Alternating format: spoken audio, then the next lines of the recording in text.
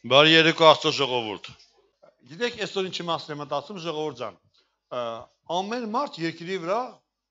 որ ինքը որպես ստեղծագործություն ինչ որ մի բանի պատկանում է։ Մարդկա պատկանում է գերի է, թույլ տվեք sense ասեմ ինք իր ամբիցիաներին։ Մարդկա ինք իր ձեռը կրակն է անգել։ Ամեն մեկը մի բանի պատկանում է, ինչին որ տրվում է,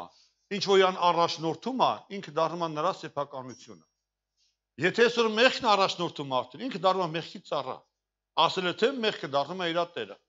Մարդկա առաջնորդվում է ճիշտ այնպես, ոնց որ անօրեն իրանք առաջնորդել։ Բայց այսօր պրիվիլեգիա ասում է, չգիտեմ այդ բառը ոնց է հայերեն, ոնց առավելություն, արտոնություն լինել Աստծո ժողովուրդը։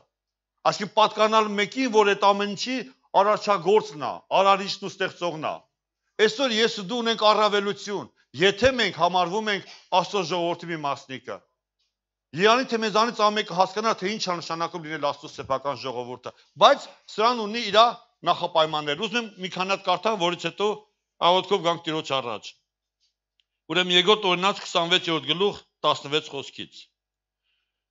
Այսօր քո Եհով Աստվածը քեզ պատվիրում է, որ այս կանոնները եւ դատաստանները կատարես, եւ նրանց պահես եւ կատարես բոլոր սրտովդ եւ բոլոր հոգովդ։ Դու այսօր Եհովային խոսք ես տալիս,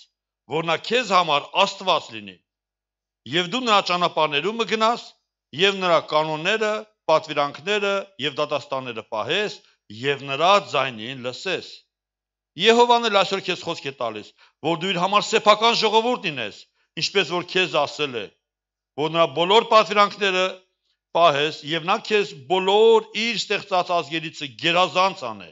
գովությունով, համբավով եւ փառքով, որ սուրբ ժողովուրդ լինես քո Եհովա Աստծո համար, ինչպես որ ասել է։ Սուրբ ժողովուրդ լինելու համար Աստված առանձնացնում է, չէ՞ որ ասում ենք սուրբ ժողովուրդ, առանձնացնում է ամեն ինչից եւ ասում է գովությունով, փառքով, համբավով բոլորից տարբերվելու ես։ Բայց կա նախապայման ժողովուրդ ջան, ինչ ասում է դու այսօր Եհովա Աստծուն խոսք ես տալիս, որ նա քեզ համար Աստված լինի։ Եվ ուրեմն 5 հատ բան, նրա ճանապարհներում գնաս